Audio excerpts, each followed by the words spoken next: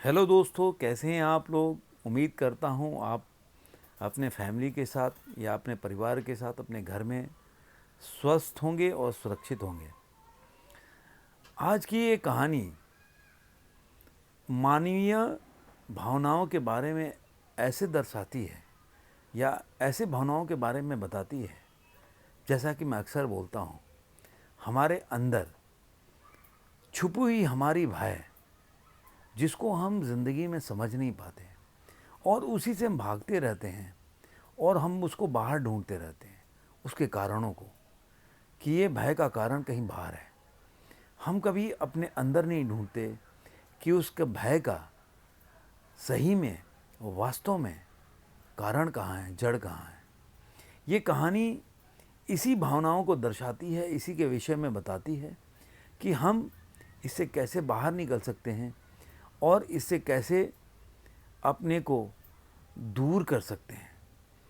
तो चलिए कहानी शुरू करते हैं, लेकिन उसके पहले मेरे चैनल के विषय में एक छोटा सा वीडियो क्लिपिंग है जो बताती है कि मैं किस तरह का वीडियो बनाता हूँ और कैसे लोगों के लिए बनाता हूँ। तो चलिए देखिए ये छोटा सा क्लिपिंग। उम्मीद करता हूँ आप लोगों को भी अच्छा लगा होगा और जो नए मेरे चैनल के साथ जुड़े होंगे उनको भी अच्छा लगा होगा। तो चलिए कहानी शुरू करते हैं। विवेकानंद का नाम आपने सुना होगा। एक बहुत बड़े महापुरुष थे, बहुत बड़े ज्ञानी थे। अपने भारतवर्ष में ही नहीं, पूरे विश्व में उनको लोग जानते हैं। और उनका जो शिकागो में भाषण था, उससे तो सारे लोग अवगत थे, अवगत हैं ही। अब जितने लोग भी उनके इन भाषण के बारे में जो शिकागो में उन्होंने दिया था, एग्जैक्टली तो नहीं जानते होंगे कि क्या बोला था उन्होंने, लेकिन जो लोग नहीं भी जानते हैं कि उन्होंने क्या भाषण में बोला था, वो लोग उस नाम को जरूर जानते हैं कि शिकागो में उन्होंने एक भाषण दिया था। विवेकानंद जी विवेकानंद रातों रात नहीं हो गए। विवेकानंद जी को विवेकानंद होने में कई घटनाओं का, जिंदगी के कई पड़ाव का, कई मुश्किलों का एक क्रमबद्ध तरीके से पिरोया हुआ माला की तरह है, जो विवेकानंद को विवेकानंद बनाती है। उसी में से एक घटना है। एक बार की बात है, विवेकानंद जैसा कि वो जगह जगह जाते थे, अपने ज्ञान से लोगों को प्रकाशित करते थे, अपने ज्ञान लोगों में बांटते थे। तो पूरे भारतवर्ष में लोग उनको अपने जगहों पे बुलाते थे, अपने सेमिनार में बुलाते थे और उनका भाषण या उपदेश रखते थे, जिससे कि लोग को कुछ ज्ञान मिले, लोग दुनियादारी को समझ पाएँ।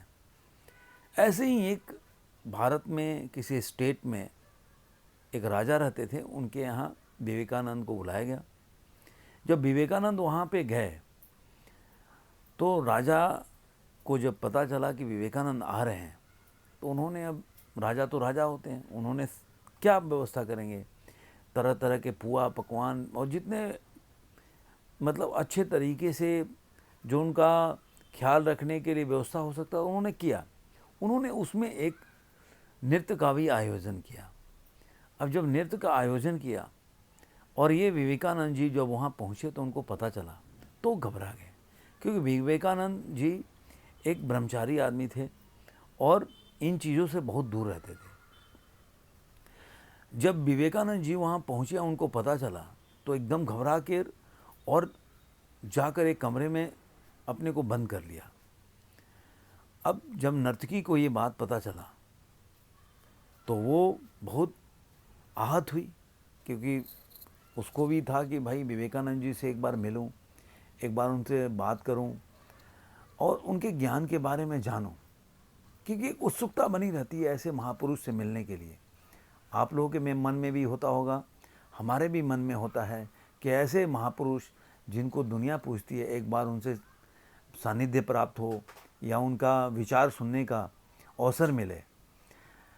तो उसको भी विवेकानंद जी के इस बारे में जो उनका ज्ञान है पता था, तो उसने भी चाहा कि एक बार तो विवेकानंद जी से उसको मिलना चाहिए, और वो अवसर उसको मिला।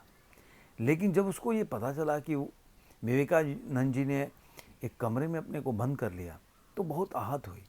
और वो सबके मना करने के बावजूद भी विवेकानंद से मिलने के लिए उस कमरे के बाहर जाके दरवाज़ा को नॉक करने लगी। जब बहुत दरवाज़ा को खटखटाया तो विवेकानंद जी ने अंदर से आवाज़ दिया कि क्या बात है। तो नर्तकी ने बोला कि आप दरवाज़ा खोलिए, आपसे तो मिलने हम आए हैं और आप दरवाज़ा बंद करके आप बैठे हुए हैं, तो कैसे मुलाकात होगी। उसने आगे क्या बोला, उसने आगे बोला कि चलिए, आप तो ज्ञानी हैं, मैं तो अज्ञानी हूँ, लेकिन ये क्या सही है कि बिना मुझे जाने, बिना मुझे समझे और आप मुझसे इतना भय खा रहे हैं, या जो आपके अंदर का भय है उससे आप भाग रहे हैं।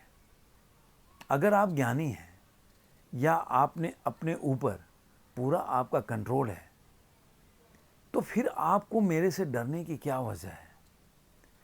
जो दरवाजे के दूसरे तरफ विवेकानंद जी थे, उनके दिल को ये बात झकझोर ले गई। उन नर्तकी की बात उनके पूरे दिलो दिमाग को हिला दिया।